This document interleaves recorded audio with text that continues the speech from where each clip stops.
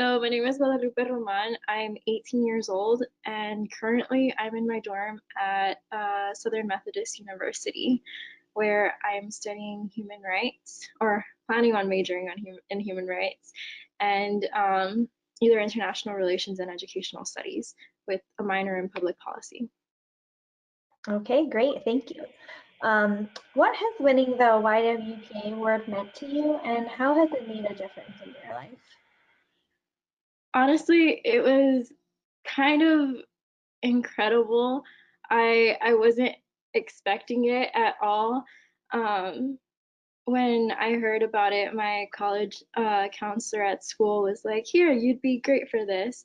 And at the time, I was really worried about how I was going to pay for school, so I was pretty much applying to every scholarship I could find.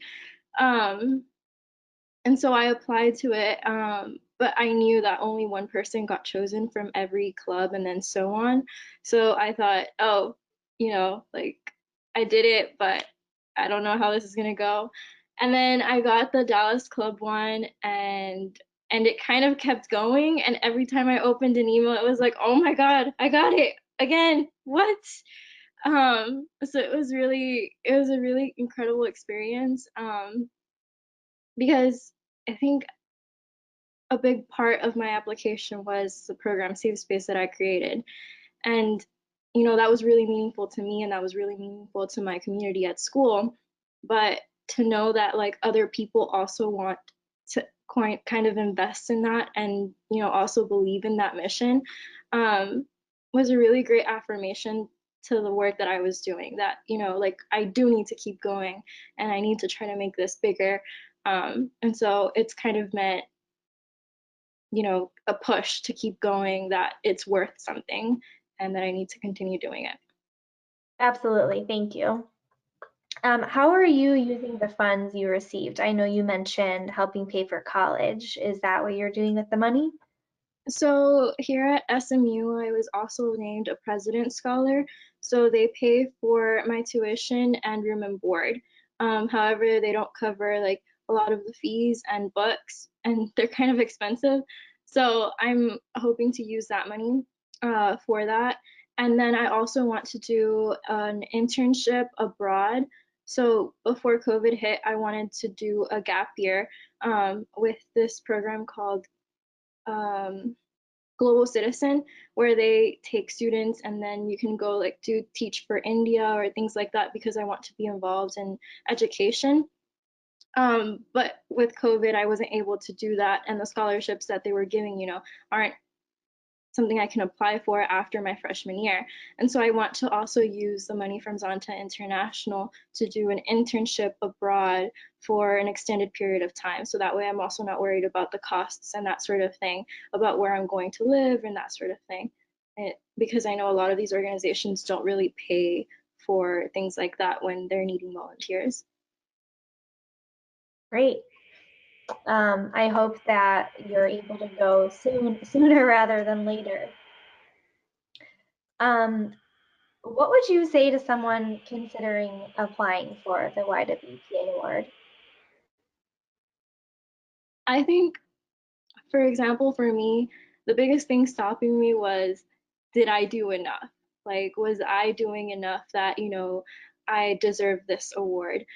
And I think that as long as we're passionate about what we're doing and we truly care about it, that is absolutely enough to apply for this award, because, like, your passion, your hard work, your ethic, that shines through in your application. And you may think it's something super small. It may just be for your school, the way Safe Space was.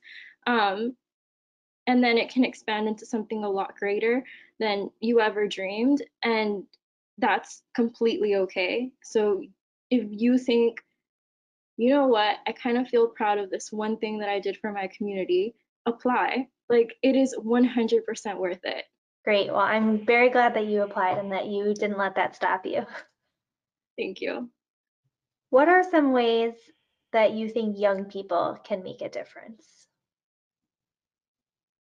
I think young people too often get told we're too young, and it bothers me in so many different ways because, yeah, you may be a middle schooler, but it's okay because you can still go to the food bank, you can still pack some lunches, you can still write letters to veterans in the hospital, you can still do all of these things. And I think that especially now during COVID, there's a lot that young people can do even virtually. I know there's a lot of nursing homes with like people of an older age who can't see their families because of all the restrictions, and writing letters, sending them care packages, like that is something so nice that we can do right now and just spread a little bit of some positivity. And that doesn't have an age requirement. You can be 5 years old and draw a picture. You can be like 20 years old and buy them a small gift. That is enough, and I think that that's something that young people can do right now. Those are great ideas. Why do you think it's important to have more women in elected or appointed government roles or other leadership positions? I think that sometimes this argument is put out of context that, we think women are better and that's why they should be elected. But I don't think that it's a necessarily like who's better, who of the like two genders or variety of genders. It's about understanding different perspectives. I think that women bring a very important perspective of um,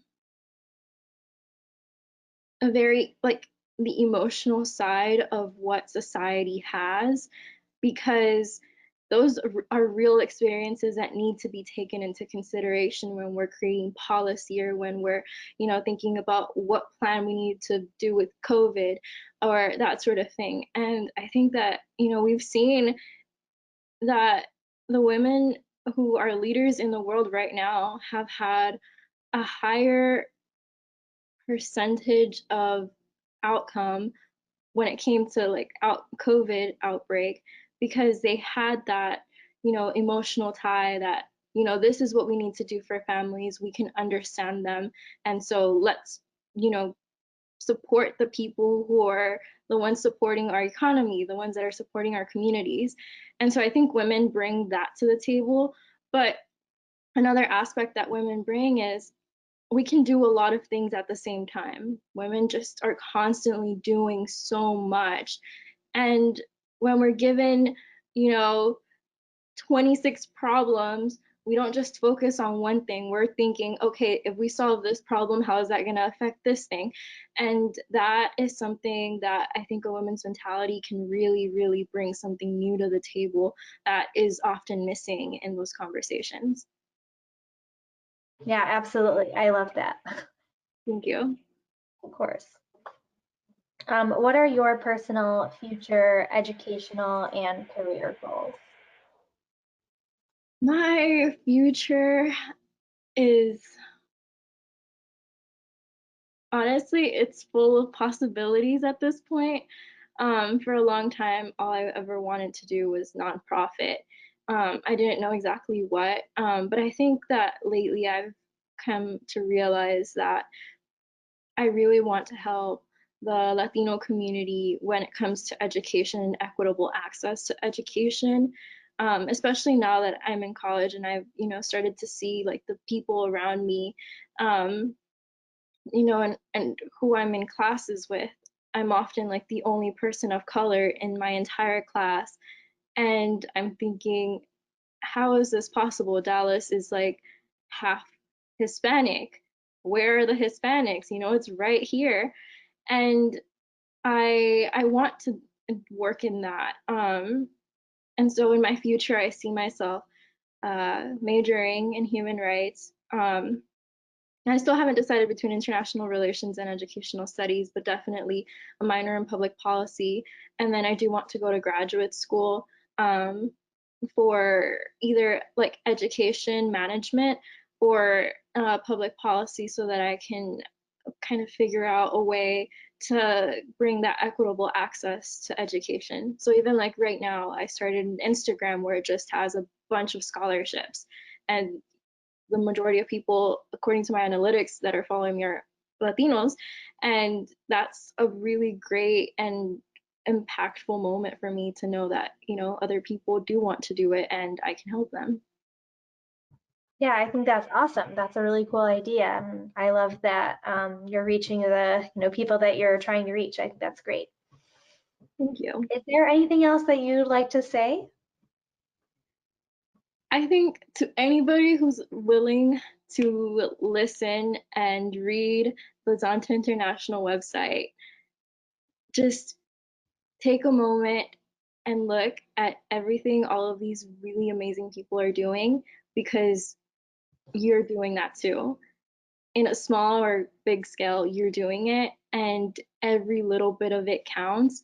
Because if we don't take into account those little things, then we're going to overlook a lot of change and immediate change that's happening in your communities right now. So thank you for that.